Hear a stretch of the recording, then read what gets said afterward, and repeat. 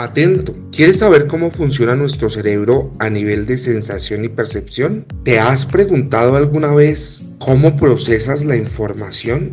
¿Cuáles son nuestros sentidos y cómo nos ayudan a aprender? Quédate en este video, te lo vamos a ayudar a aclarar. Vamos a iniciar con un ejemplo. ¿Qué pasaría si le colocáramos un cerebro a un robot? ¿Podría procesar información, aprender y descifrar de forma racional? Claro que no, esto no podría ser posible, ya que para lograrlo necesita obligatoriamente de los sentidos. Es muy fácil, imaginemos un computador. ¿Podría este funcionar solo con la CPU, sin monitor, teclado, mouse y sonido? No, ¿verdad? Es por esto que vamos a ver la importancia de la sensación y la percepción. Según la teoría científica, la percepción es la actividad cognitiva del organismo provocada por la presencia física del objeto y se efectúa a través de los sentidos. Un poco complejo, ¿verdad? Vamos más despacio. Ahora que se ha estrenado la cuarta película de la franquicia The Matrix, ¿alguna vez te has preguntado si existe la posibilidad de que vivamos dentro de la Matrix? En esta película, las máquinas en el futuro han conectado el cerebro de las personas a un programa que simula la realidad, donde los humanos experimentan tener una vida cuando en realidad están dormidos. Este programa que simula esta realidad se llama la Matrix. Entonces la pregunta aquí sería, ¿qué es la realidad? Veamos este clip donde Morfeo le explica a Neo qué es la Matrix. Esto no es la realidad. ¿Qué es real? ¿Podrías definir real? Si te refieres a lo que puedes sentir, puedes oler, puedes probar y ver, real son simples señales eléctricas que interpreta tu cerebro. Y es en este punto donde nos podemos preguntar, ¿qué es sentir? ¿Qué es percibir? Y cómo estos dos procesos moldean nuestra realidad. Sentir y percibir son dos procesos diferentes, pero están íntimamente relacionados. Por un lado, la sensación es el ingreso de información del mundo exterior a nuestro cerebro, cómo se ve, a qué huele, cómo se escucha, cómo se siente. Resumiendo, es todo lo que el cerebro capta del exterior hacia el interior en forma de energía. Por otro lado, la percepción es la interpretación que hace el cerebro por la recepción de energía captada por los sentidos.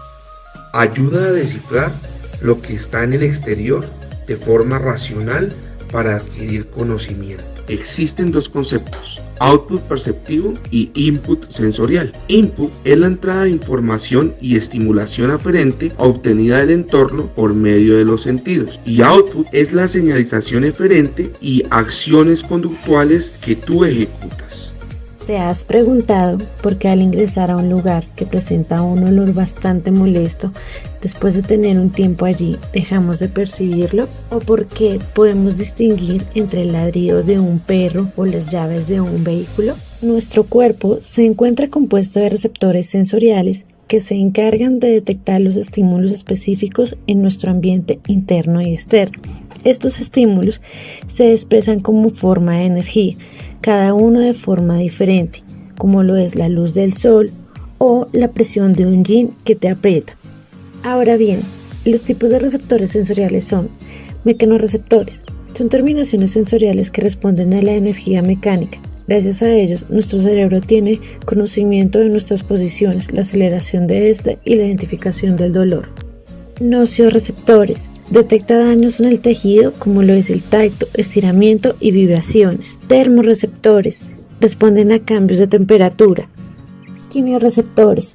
Definen solutos específicos disueltos en líquido. Son importantes en el olfato y el gusto, pues definen los olores y son quienes nos ayudan a distinguir lo que ingerimos, localizando los alimentos con nutrientes y evitando sustancias venenosas. Esteroreceptores, situados en la superficie del organismo, tienen como función captar la estimulación del medio ambiente. Son esteroreceptores los 5 sentidos clásicos: visión, audición, olfato, gusto y tacto.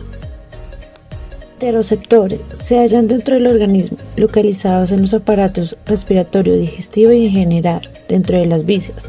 Gracias a ellos se obtienen las sensaciones de hambre, de sed, de bienestar y demás. Propioceptores están situados en los músculos, tendones y articulaciones. Permiten tomar nota de la actividad muscular. Neuronas sensoriales son quienes se encargan de recibir el estímulo y generan por consecuencia una potencia de acción que viaja a través de la membrana plasmática para ser traducida.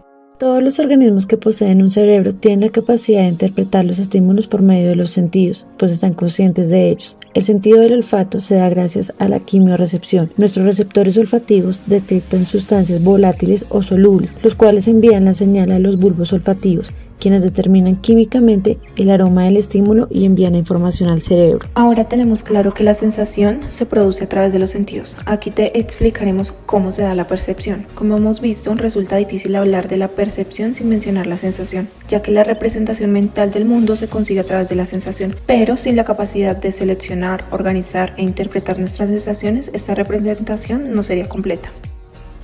Interesante, ¿no?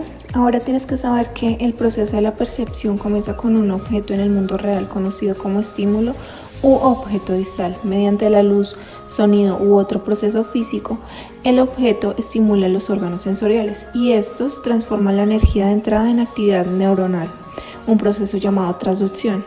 Este patrón se denomina estímulo proximal. Estas señales neuronales luego se transmiten al cerebro y se procesan. La recreación mental resultante del estímulo distal es lo que llamamos percepción. Un poco confuso, ¿no? No te preocupes que ahora te explicaré con más detalle estos términos.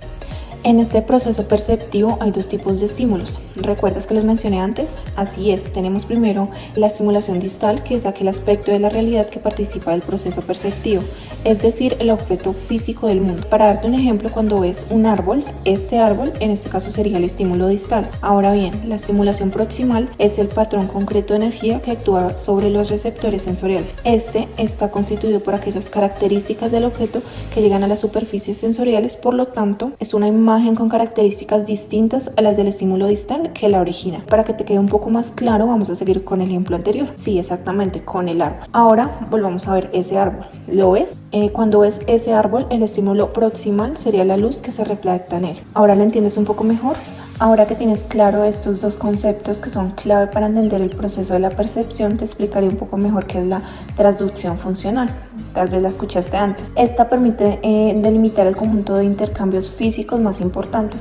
Dicho de otra manera, la transducción funcional brinda al sistema perceptivo los datos obtenidos de la estimulación y determina cuáles van a ser objeto de un tratamiento informativo por la cognición. Para que entiendas un poco mejor cómo funciona, este es como una especie de filtro de información. Es decir, esto ocurre cuando muchos sensores en el cuerpo convierten esas señales físicas del ambiente en señales neuronales codificadas y enviadas al sistema nervioso central.